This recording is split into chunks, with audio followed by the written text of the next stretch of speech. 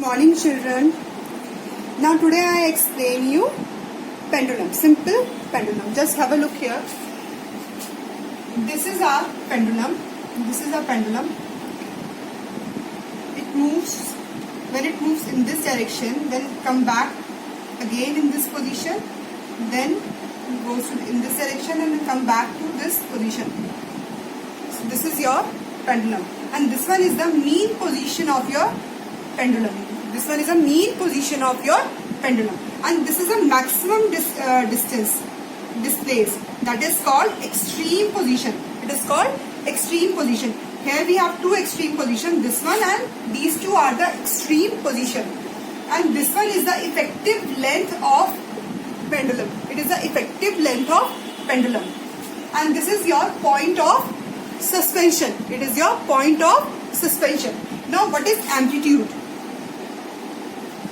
Amplitude is what? It is a maximum distance. Maximum distance. It is a maximum. It is a maximum distance of the bob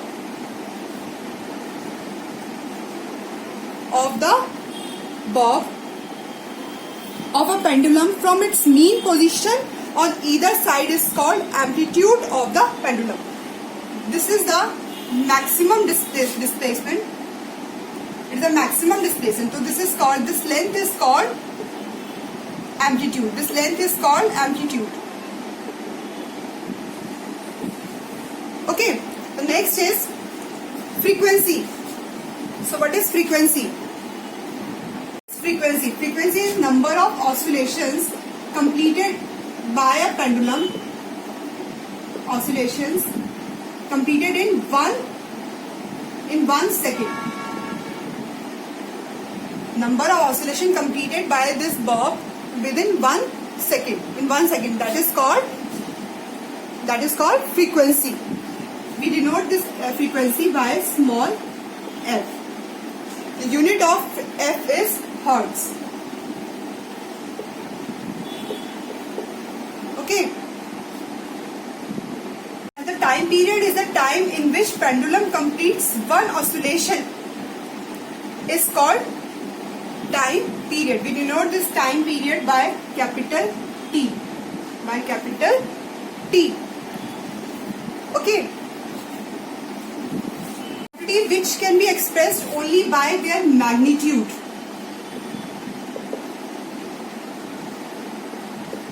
These are called scalar quantity. For example, distance, time, mass, etc. So these all are the scalar quantity, which can be measured only by their magnitude, not the direction. Okay. And what are the scalar quantities? Which can be measured by magnitude as well as its direction. And the direction. Magnitude plus direction. Plus direction. They require direction also. For example, displacement.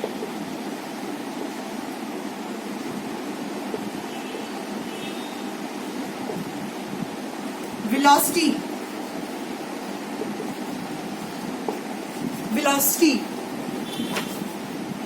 These all are the examples of vector quantity. Okay. For example, if a car is moving with the speed of 60 km per hour, only this much I am saying. Car is moving with the speed 60 km per hour. It means this statement is a scalar quantity.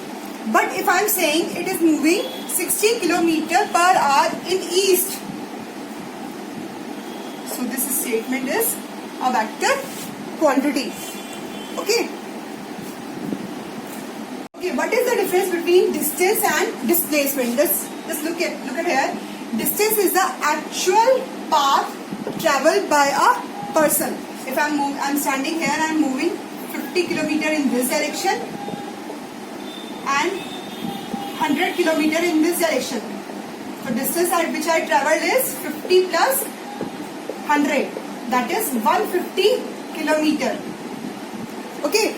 But displacement is the shortest distance traveled by a person.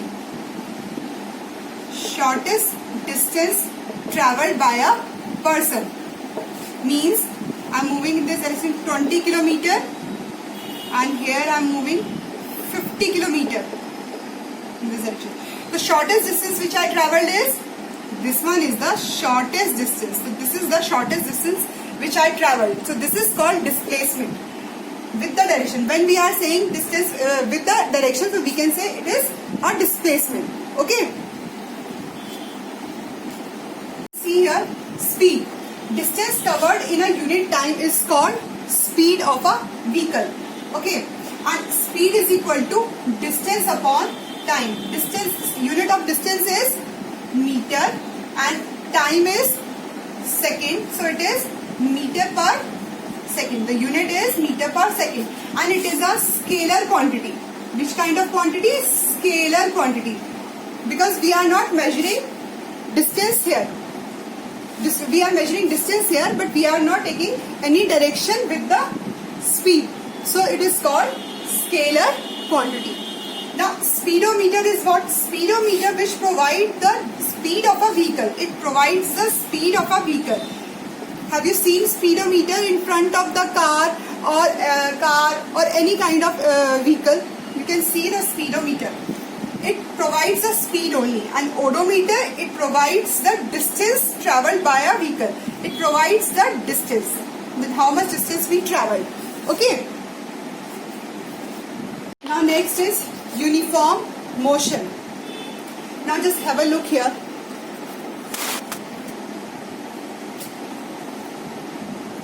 Uniform motion means when a body covers equal distance. Equal distance in equal time.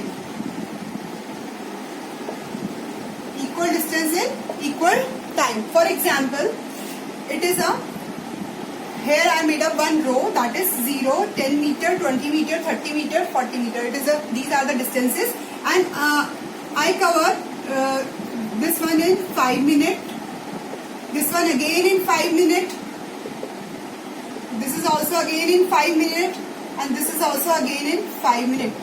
So the distance between this one is 10 meter, and here also 10 meter, here also 10 meter, and here also 10 meter. So it means I cover 10 meter distance in 5 minutes. Next 10 meter distance in 5 minutes. So similarly, I cover equal distances in equal time. So it is called uniform motion. So it is called uniform motion. Non-uniform means equal distance